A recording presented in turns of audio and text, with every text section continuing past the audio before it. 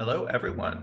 Welcome. Thank you for joining us. It's my pleasure to moderate this think-in over the next 45 minutes. We will be covering a topic which is hitting one particular Canadian city, Calgary, especially hard, but which I think is one that's top of mind for big cities all across the world. And that is, what is the role of the downtown office district? Or the downtown, I should say. Is it an office district anymore? Should it be an office district? Perhaps not. So we at the Globe have been interested in this question with respect to Calgary. I and my colleagues did a whole series of pieces over the last few months looking at this problem in the city of Calgary, which already before COVID was experiencing a significant economic downturn. And because of the, excuse me, I'm just reading some messages as they come in. Calgary was already facing some significant economic headwinds even before the pandemic as a result of a downturn in the oil and gas sector on which the city had relied very heavily. COVID really compounded those problems. And as some of my colleagues documented, vacancy within the downtown office district, which was quite large for a city of Calgary size, was north of 30%. And there were a number of buildings that are entirely empty or very close to entirely empty, which is a situation that's almost unprecedented in North America and which presents some obvious economic as well as social challenges for the downtown and for the city as a whole. I talked to a number of architects and planners and urban designers about potential solutions. And the smart folks at the city of Calgary have, of course, been thinking hard about this issue and engaging in a new downtown planning process, which comes with some significant capital funding to think about how the downtown might be remade, both in terms of its public spaces and in terms of individual buildings. Could these be repurposed, offices turned into housing? What else, what kinds of development or what kinds of changes to the public realm would be useful for bringing the city back to life? So here with me to discuss this, I've got an august group. We have Mary Rowe, Byron Miller, Tom Mahler, and the mayor of the city of Calgary, Jody Gondek. Welcome, everyone, and thank you for being here.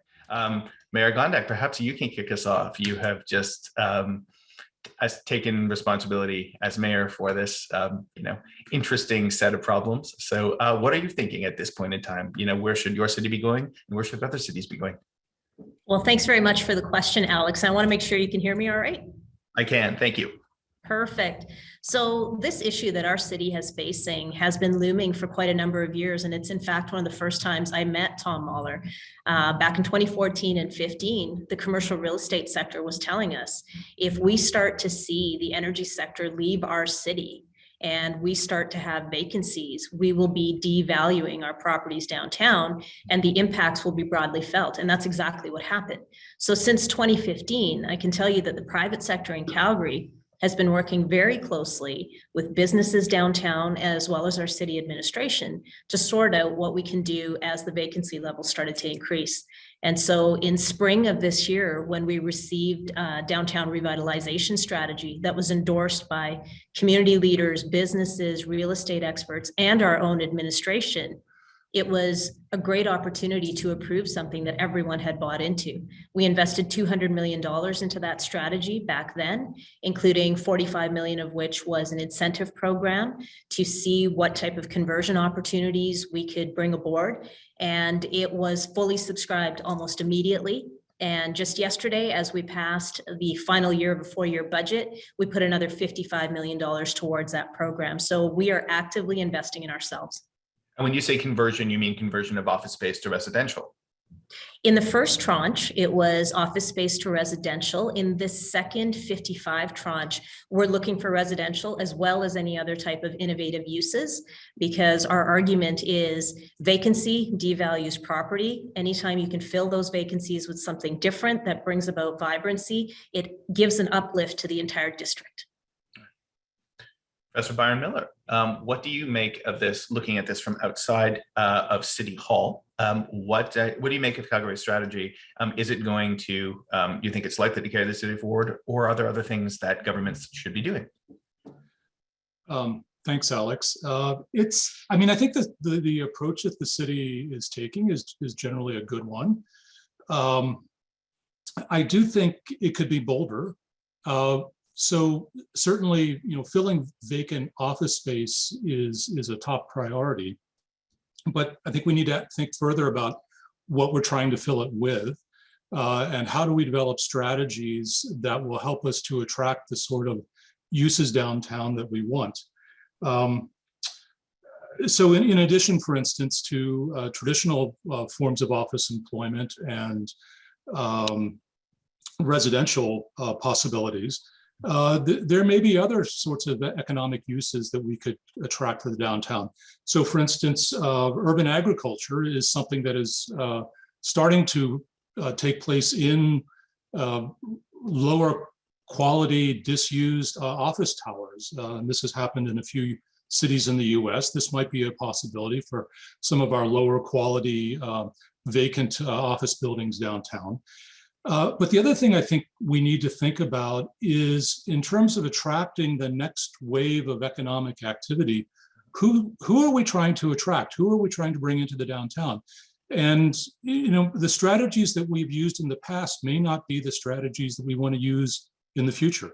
And so I think some bold thinking about in what ways are we trying to transform our downtown, and what ways are we trying to transform our economy is worth pondering. So let me bring Tom back in. Tom, can we check your audio? Tom, you there? Oh, sounds like you are still silent, unfortunately. So we'll just let me go back to you, Byron, to ask you just to elaborate a little bit on what you said, because I think this is important. What are the strategies that Calgary had been using to try and bring economic activity into the downtown? Strategies that I think are quite typical of North American cities, and what are some of those strategies, and why are they no longer going to work? Well, so if you look at the history of Calgary's downtown, it's been based largely on the oil and gas sector. And I think everybody understands that, and everybody appreciates all that the oil and gas sector has done for the city of Calgary. But the economy is transforming. I mean, particularly in this week, as we're dealing with the impacts of climate change, we can see the ways in which our economies have to transform. And Calgary, under the leadership of Mayor Gondit, has declared a climate emergency, which I think is a very good and important thing. But we need to think about what this means in terms of where we are going forward. So for instance, in terms of the sorts of activities that we might attract downtown, certainly the tech sector is something that's been discussed quite a bit. A move not necessarily out of energy, but more into renewable energy, perhaps into urban agriculture. And what sort of workers are these? And I think they're not necessarily the same sort of workers that would be attracted to those sectors as we would see necessarily in the oil and gas sector. So for instance, younger workers, perhaps with young families. So this has implications for, again, who we're planning the downtown for.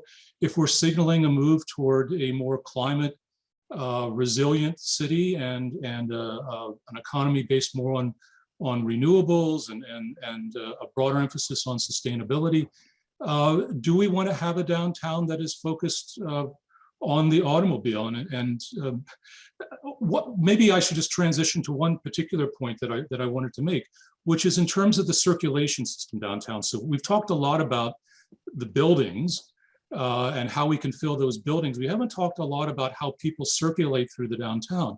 And there are three things that occur to me. I'll start with the easiest one, which is the cycling circulation system, which basically skirts the downtown. So there really hasn't been any discussion of reorienting that in a way that would really bring that cycling traffic into the downtown. So there are ways that we could redirect that cycling traffic from around the northern end of the downtown into the center of it. A second issue, and this is a big one, is that we have a grid system that was designed, for the automobile. If we're oriented toward children, toward a more climate-friendly form of development, why not turn every other street over to pedestrian and cycling systems? and make it a very active transportation, pedestrian and cycling friendly sort of place, which, by the way, would also be very friendly for families, for young tech workers who want to move their families into the downtown. And then a third thing, and this is really an elephant in the room that nobody wants to talk about, is Calgary's plus 15 system. This is the largest grade separated pedestrian system in the world. The elevated walkway system, to put this. The elevated walkway system. Yeah. This was designed to take pedestrians off the street level and put them 15 feet above it. Right. And if we are trying to activate the street level in the downtown, those things just simply do not work together. We need to start to have an honest discussion about what the impacts of the plus 15 system is on the downtown. And, you know, I know this is a taboo topic, but maybe talk about dissembling certain sections of that system so that we can create more street life.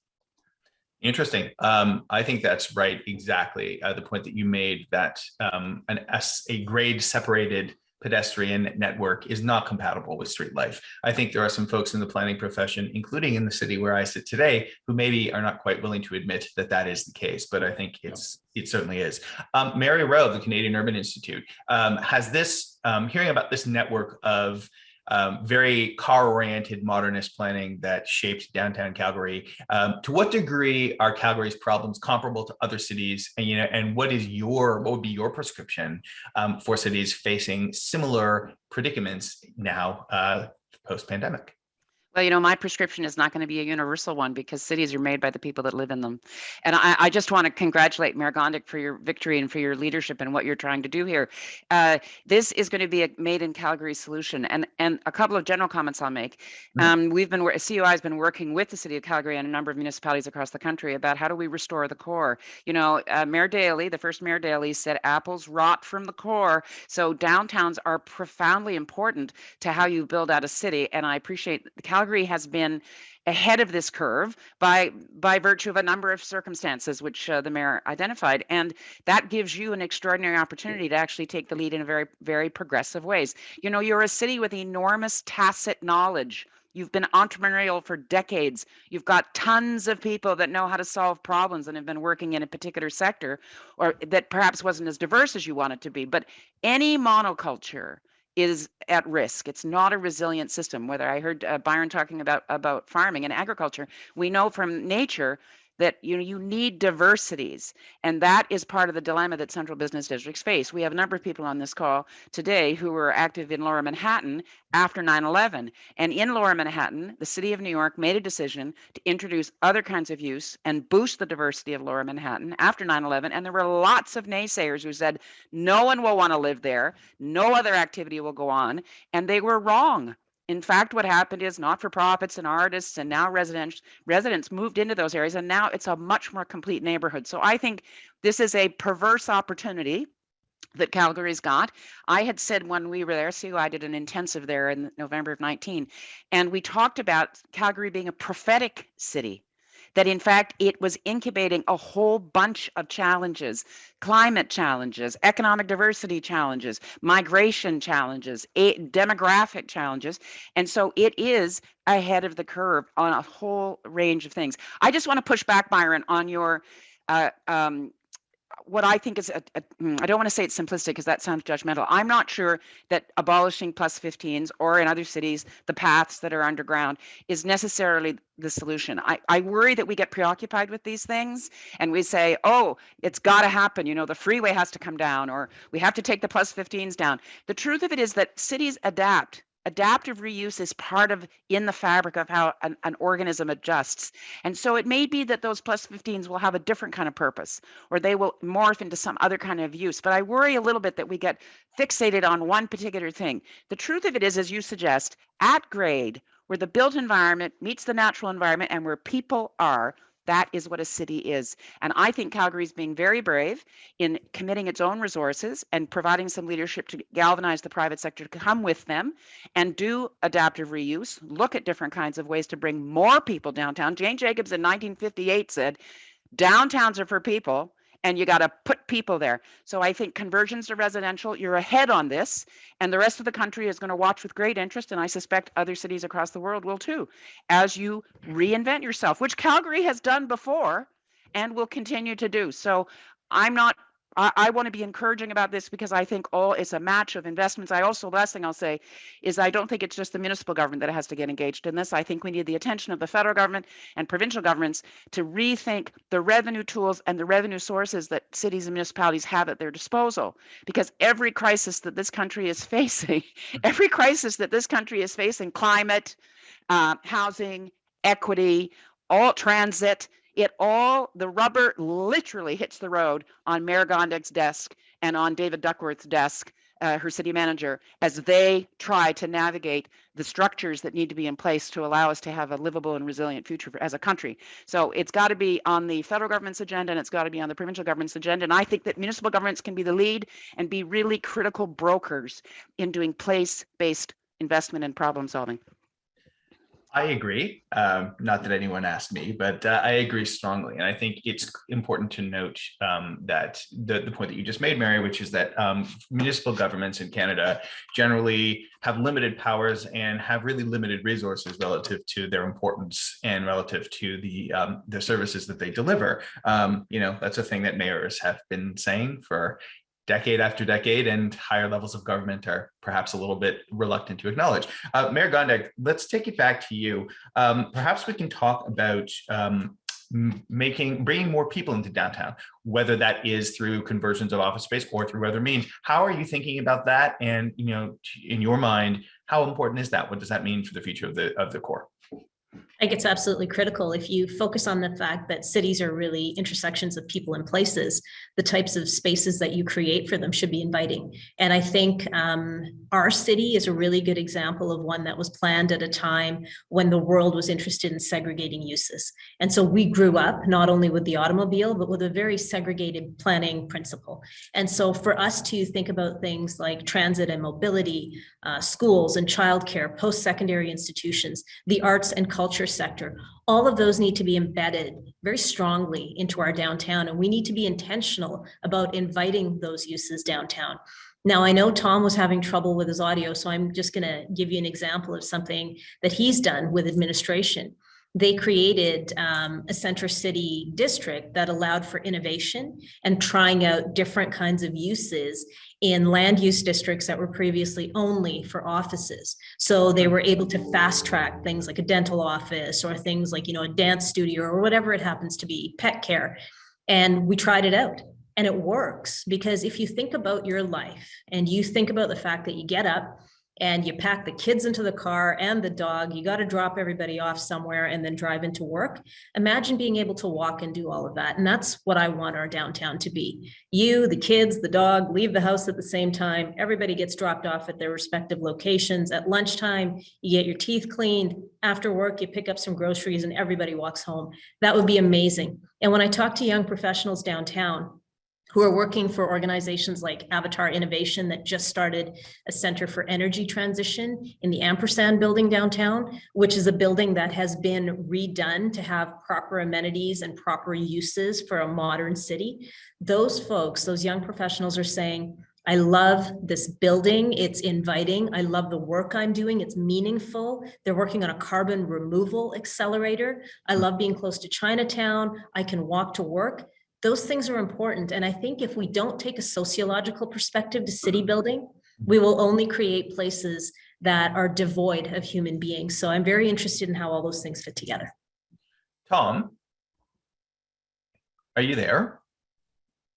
Can you hear me now? We can hear you now. Excellent. So Tom Mahler is I'm sorry, I don't remember your title offhand, but Tom is a senior planner with the city of Calgary who is overseeing downtown planning efforts. That was a very both insightful and passionate little talk that the mayor just gave. How are you trying to bring that sort of idea to life to make the core of your city, and how might other cities in similar straits make their downtowns a place for people and a place at which it's possible to have a complete, to spend your whole life and be happy? Well, I think what I'd like to talk a bit about is how we're going to get there. And Mayor Gondek did mention it. And the big part of it is removing barriers to let the city find its own way. For years, what our planning department did is we would wait for development to come to us, and then we try and regulate it into a form that worked for for somebody's purpose, which was very car-oriented head office. And I don't even like to say car-oriented. It's about the needs of the head office employees that were there at the time. They liked using their car to get to and from the downtown. Right. So it was about the people's habits. Sorry, Tom, I'm just going to catch you for one moment. I'm going to remind everyone that this is a think-in, and we do like to bring in some voices from the audience. To your point that you were just making, we have a question or a comment from Nina. It looks like Nina Lovelace. Nina, if you'd like to actually come in and join us and repeat your question in a minute, that would be great. You're talking about the purpose of the office in the present day. But Tom, you were saying that big corporate tenants, big employers were looking for a certain kind of thing, and you were delivering it to them. Is that right?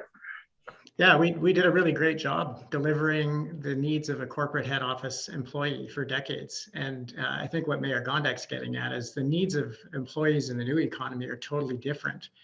They're not interested in getting just in and out of downtown as fast as possible. When they're downtown working, they actually want to do stuff. So the approach we want to take in Calgary is to remove a lot of the barriers and the policy frameworks that were designed for a car-oriented head office city, and replace it not with new regulation, but replace it with a support system and an ecosystem where we can allow our citizens and our businesses to actually converse about the kind of downtown that they want, and then enable them to go and do it. So the 55 million additional money council gave us yesterday, it actually frees up the private sector and the real estate interest to try out different things and to do things. And we don't want to prescribe. You're going to do this, you're going to have urban farming in this part of the downtown, and we're going to do cultural over here. It's like, let's just let people figure out how they're going to do it. That's a very different way of approaching city planning. It's really more about enabling your city to do the things that it's good at. And Calgary's really good at doing a lot of things. We just have to support them in as they find their way into this new type of downtown. Yeah, fair enough. I mean, I think it's an important, one insight that I have gained as an outsider to the planning profession, reporting on it over the last few years, is that planning in North America is much more prescriptive than most people realize. There are a lot of rules. I see Mary nodding eagerly because those rules, as Tom was suggesting, can sometimes get in the way. Before we move on, I'm just going to repeat Nina's question because it sounds like Nina's not able to join us and to say it out loud. But Nina, looks like Nina Lovelace says, there's got to be a really good reason to come into the office now, I think, for those who can easily work remotely. I now view a commute as a waste of time. It's vital to be in sometimes for networking, workshops, etc. And hybrid is the way to go. But it still feels like generally the office needs to have a clear purpose or benefit, as does the location it is in. So assuming that looking ahead a couple of years into the future, when everyone feels safe coming back to the office, do you folks think that kind of attitude is going to continue to be the case? And what does that mean for cities?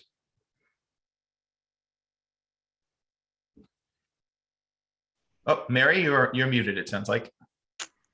Unmute myself. Yeah, there we go. Sorry. Okay.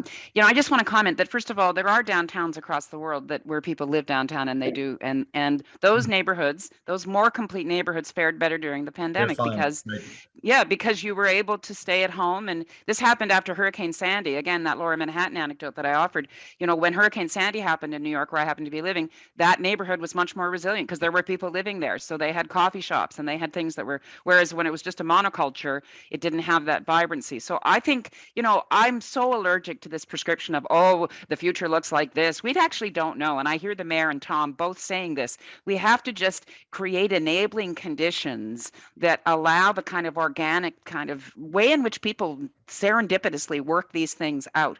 So my suspicion is what will happen is that we will see more mixed uses of all kinds. We will see more investment, and I know that Calgary is looking at this, more public realm investment so that we can continue to congregate safely outside.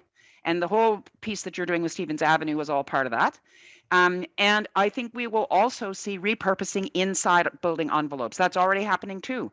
And who knows what will happen. The same way, if you think of faith institutions in Europe, the Christians were there and then the Muslims came in and then the Jews. These spaces get reused and reused and reused over millennia. So I anticipate that our expectation, we still want to have some congregate capacity. When the Raptors win, when the Flames win, we want to be on the street. We want to have some kind of collective experience. And I really don't see us abandoning that. I just think the desire to co-create and have these opportunities for serendipitous kind of exchange, that is where there's a strong economic argument. And I know that Calgary is taking that seriously. And as you just said, Byron, who do you want to bring downtown? Who do you want to have opportunity to be collaborating with as you build the new economy? Because you guys will lead in a new way into a different kind of economic future, and you will need proximity and the option to choose how we have proximity. That will be part of the solution for, I think, for cities that will make it. I don't think cities that promote isolation are going to be the ones that will have the economic vibrancy and sustainability that we need. Fair enough. I'd like to bring in Tilly Collins if she's available to speak, to bring her question. And I'd like to direct it towards Mayor Gondek. It's a question about how Canadians, and I guess by extension North Americans, feel about all of this stuff we're talking about. I guess, to preface that, one of the problems or one of the challenges that Calgary has to deal with is that it's not a city in decline. It's a wealthy city and a well-educated city and a young city in which most of the growth and many of the people live in suburbs. So, the problems that we're facing in North American cities, in which that situation is entirely typical, are a little bit different than those in prosperous European cities, I think. Some physical change is going to be required in order to create all of these qualitative things that we're talking about here. So is Tilly able to join us? Let's see.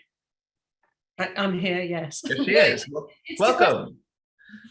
Hello, thank you for inviting me in. No, it's a genuine question. I'm European. I was raised in French cities. I was raised in London, and I'm used to living at high density. Mm-hmm. But whenever I go to America, I'm amazed by how far I have to travel by car. Apart from New York, of course, New York's pretty European in many ways. But I don't really know where the cultural expectation is, because a lot of what makes cities resilient and what makes, as Mary pointed out, is the density of people. And not a density that disappears, but a density that's there and creates culture and thrives in its own way. And it's not so subdivided. So I'm very curious because I think it's going to be a lot about behavior change. We have technology, we have really interesting design, but it's about normalizing a new kind of behavior. And I don't know where the extensive cities and Canada is on that kind of cultural realm. An excellent question, I think, and a very relevant one. So let's turn this over to our elected official here, Mayor Gondek. What do you think? Are Canadians willing to live in, dense-ish conditions, and how so? Well, I really appreciate the examples that Tilly brought forward. And I have to say this, Canadians are quite diverse throughout the country. And if I focus on Calgary for a minute, we find ourselves in a very interesting situation because we are also quite ethnically diverse. We have a lot of immigrants that have come to our city, and many of them live in a multi-generational family.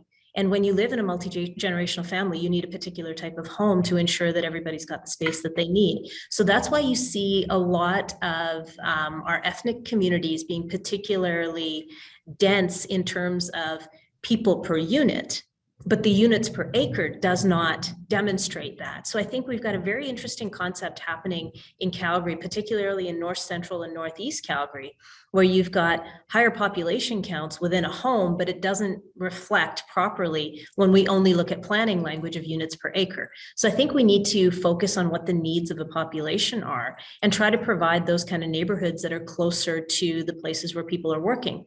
I'll use the Northeast as an example again. Many of those folks work at the airport or they work in neighboring Rocky View County. Conrich is a neighboring municipality where there's a lot of activity going on. So I think if we don't look at why people are living where they live, we kind of assume that they just want to be suburbanites. I think the other thing that's interesting is air travel in the last few decades has really allowed people to explore other cities. And when I look at people my age in this city who are going to be empty nesters fairly soon, I think their desire to relocate from periphery communities to the downtown is much higher than it used to be. We want to be close to the theater. We want to be close to the things, the amenities that are downtown. So I think we sometimes miss that opportunity in our so-called marketing of who should live downtown. So I think there's a lot of reasons for people to come downtown, but we have to show them why. You have to invest in public transit. That is the single biggest investment we have to make to ensure that people will be there. We have to invest in post-secondary being downtown. So really, I think, Tilly, people would be interested in living in higher densities if they have all of the amenities around them that they are missing in their single-use neighborhoods. We did an interesting project, some colleagues of mine at the Globe and I helped a little bit working on studying the idea of the 15-minute city, which is the new buzzword in urbanism during the pandemic, but which is, really a very simple thing, which is about providing a range of activities, a range of amenities to people within walking distance, or at least cycling distance. And what we found, my colleagues in analyzing data from cities across Canada, is that very, very few areas anywhere in those cities actually provided this kind of diversity and richness of amenity that would allow people to live in what we call a walkable manner. Vancouver, there are chunks of Vancouver, there are large chunks of Toronto, there are large chunks of Montreal, and there are little bits and pieces in Calgary and in Edmonton and in Halifax and a few other cities. The bottom line is the combination of physical form and amenities that allows people to live in a less car-oriented manner is just not easily available if you're in North America. And that, strikes me as a very complex problem to solve. How do we go about solving that? Mary or Tom, would you like to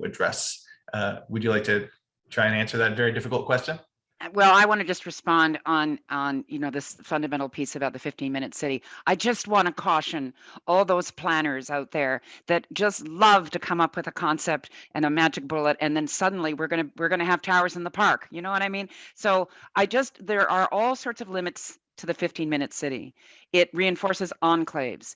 There are just so many, as the mayor was pointing out, actually, cities are about choice. And that's one of our dilemmas, is that we need to be providing lots of choices, because people make choices based on family circumstance, size of their family, household, where their kids are going to play hockey or not, where their job could be. And if we're not careful, if we just start to fetishize a 15-minute city, it will work for affluent neighborhoods, some of them, and some of those 15-minute cities will just be even affluent ones can be just awful. Like, you don't want to live in a monoculture. I'm back to that. So I want us to just think carefully about, and this is where I think Tom spoke to this. He's saying we're not being prescriptive. We're basically trying to remove barriers and harness the ingenuity and the capacity of people living in communities with different expertise and different perspectives to start to self-organize and make things happen. That's why laneways work, because they're allowed to try things. And I think that's the permission. And I just feel there's a sensibility in Calgary that you can harness around trying things and minimizing the risk, pilots, all that kind of thing that you've already been doing and that other cities understand as well. There's no big top-down universal solution here. I don't want to say unleash hell, whatever the opposite is. We're going to unleash really good creativity, and then it's up to the stewards, the mayors of the leadership roles, to figure out how you do that in ways that are equitable and safe and progressive for the future. Fair enough. And a useful comment in this context from Jackie Hillary is that not everyone can work at home. No. A large portion of the workforce, and this is true everywhere. This whole idea that there's no reason to leave the house anymore. I mean, that's just not, for many. You don't want a city to be a club. It has to be a whole network of a whole bunch of different kinds of opportunities, and we need sustainable ways to create the connection, and we need sustainable ways to attach ourselves where we feel reinforced. But then we need to be able to break out too and meet people that are not like us and have different circumstances and different life experience. That's what the joy of a city is. Entirely agree. Paul McKinnon from Halifax, I'm hoping that he might be able to join us and bring his point forward. While we're waiting for Paul, I would just add that, I share Mary's sentiment, and Mary is speaking very much in the vein of Jane Jacobs. And Mary is generally, Mary's right about a lot of things in my experience, but I guess I would push back a little bit on what you were just saying, Mary, and I'd welcome anyone else's comments on this. The idea of the 15-minute city may be a catchphrase. But, I think fundamentally, if we aim to achieve cities that are denser, that are more walkable, in which a mix of different kinds of uses exists in close proximity, that's going to require some pretty radical change to North American planning policy, and is also going to mean significant physical change. So, perhaps a catchphrase is useful, right? I mean, without some significant legislative and physical and economic change, we don't get towards these things that we want. Am I wrong? How do we get there? I want my colleagues to speak up about that. Tom? Because see what they think. Yeah, Mayor, Brenda, please. So I think what's really interesting here is we talked a little bit about making sure that people are connecting with folks that are unlike themselves, so we can come up with some solutions. I've had the pleasure of being on many calls with Mary and listening to her ideas. Dr. Miller and Tom and I have been doing a lot of work around city building. The thing I love about Calgary is that we invite people into conversations, and that's how we come up with solutions that are quite diverse. And I think the other thing we have to recognize is the 15-minute city doesn't just mean that you invest in your downtown as a neighborhood. The 15-minute city means you invest in things like public transit, so that people who live, for example, like I do, at the very far north end of the city, within 15 minutes, I can hop on a bus, or let's hope someday in the future on the train, and get to whatever I need to go to in 15 minutes, because our city has been planned not using the concentric ring model, but more nodal, or different kinds of hubs, so that I can actually access the things that are close to me. The problem with Calgary is it's a unicity. It's probably the last one in Canada. And so whereas, you'll look at the Greater Toronto Area or the Lower Mainland as a series of different municipalities, we're just one giant clump. And we did not do a good job of making sure that we have different amenities in all parts of the city. So the 15-minute city doesn't have to just drive everybody downtown. It should be able to connect the dots on all the things we need to get to where we already live. Yeah, I mean, I think it's an important point, a really important point that you're making, Mayor.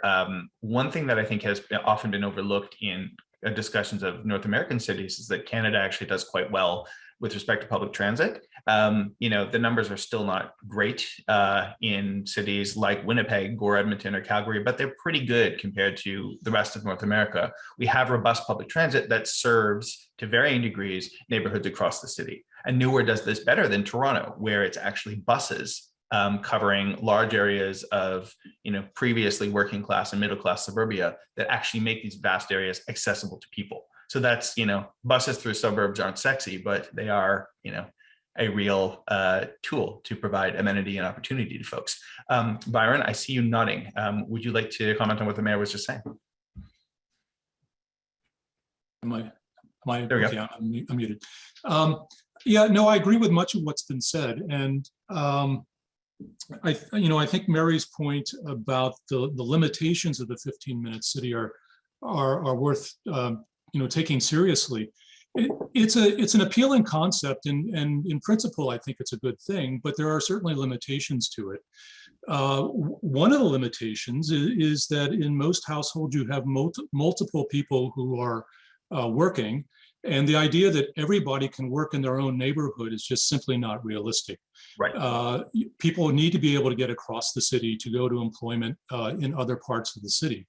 And this speaks to the importance of public transit, which Mayor Gondek has already stressed. But the other thing I want to point out is, I mean, oftentimes when we talk about creating sustainable and walkable 15-minute neighborhoods or complete communities, we focus on the built environment. And while the built environment is important, it is not everything. And the built environment is not people themselves.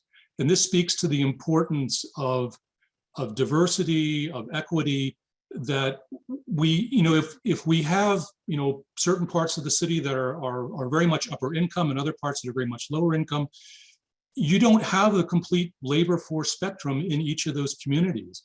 And so if you want to start to create more balance in terms of people from across the socioeconomic spectrum being able to get to a variety of jobs, everything from the doctor, the lawyer, and the CEO to the person who's a sous chef or a janitor, or what have you.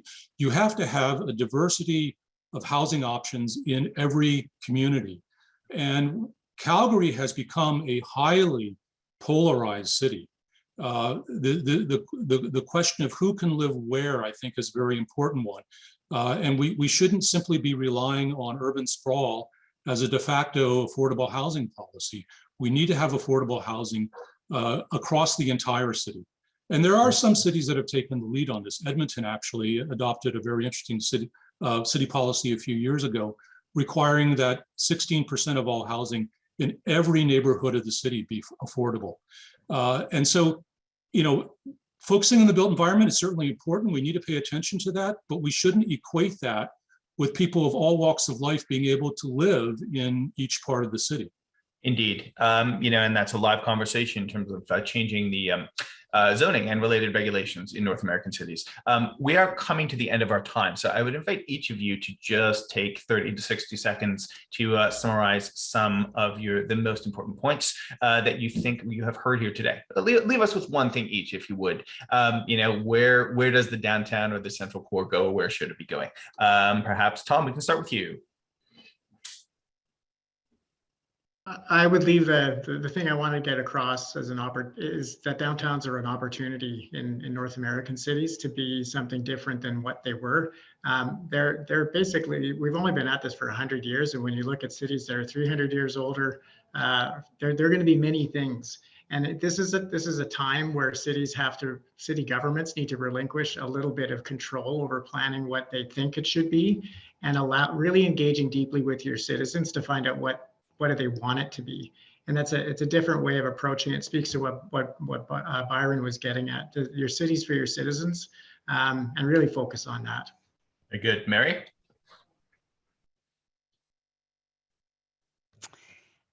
This is a moment for the federal government to show real leadership.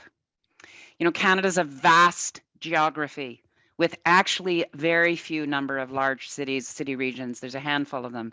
And so this is the moment, I feel, for us to double down and just say 85% of the country lives in these environments. The future of the economy and culture and social innovation is incubating in these places. It bleeds out then to other places, so people have choice where they want to live.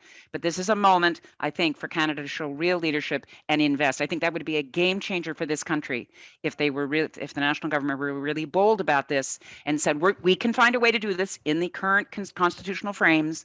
We can invest specifically in urban regions to address the challenges they've got and to really lay down the track for what the future of urbanism should be in Canada. Yeah, fair enough. Byron, what would you add? Well, first of all, I would agree with both Mary and Tom, and maybe just add one additional thing, which is that the planning and development of cities is actually something that happens at multiple scales of the state. So it is a municipal responsibility first and foremost, but it's also provincial and it's also federal. And we need to have those other scales of the state stepping in and making contributions. Canadian cities, particularly if we look at this comparatively, are pretty highly constrained in terms of their ability to raise revenue, in terms of the powers that they have. We need more resources, both fiscally as well as simply charter powers, in order to do the sorts of things that reflect the needs of our cities. Right, so more power for cities. And, you know, if I may just interject a little modest proposal, you know, I think Mary's point is very interesting, which is that for the higher levels, the senior levels of government have a lot of resources. I think it would be interesting to see what would happen if the federal government, say, invested some money in subsidizing leases in downtown Calgary, make it cheap, make it even free for people of all sorts to occupy some of this empty space on the federal scale. That wouldn't cost a lot of money. And it would be very interesting to see what, you know, very cheap rents in old office buildings would do to a downtown. Mayor Gondek, I think you're going to have the last word. Where should downtown cores be as we look forward? Well, I see a question from Paul McKinnon in the chat, and it says, how realistic do you think this is with this federal government? And I can tell you, I've had some great conversations with different ministers who have crossover portfolios, if you will. If you look at energy, if you look at climate, if you look at housing, if you look at the social file, the thing about cities is we are here to tell you what's happening. We can tell you that people are freezing because they don't have housing. We can tell you that people are struggling with addiction and mental health issues, and we can tell you what we need to make it better. So instead of treating it like levels of government, if we have 3 collaborative orders of government, each with different responsibilities to deliver on the services that citizens need, we would be so much stronger. And I can tell you the throne speech indicating that there would be, I'm trying to remember the wording for it, a housing accelerator fund on top of a rapid housing initiative. That warms my heart. And the fact when they talked about the economy, they said, we're interested in working with municipalities. And when I spoke with the minister and indicated, if we're doing strong work around energy transformation, will you partner with us? And the answer was absolutely. Yes, there is a willingness for us to work together. So we need to capitalize on this, and mayors of big cities need to advocate for municipalities everywhere. So Canada may have a federal government that's getting on board, but what I hear from all of you is that cities now need to be nimble. They need to be creative in how they think about what their cores are and what they're going to do. And to borrow a phrase from Mary, what's happening at the street, at ground level, that is what a city is. So I think we are over time, so we will leave it there. Thank you so much for what's been a really engaging conversation.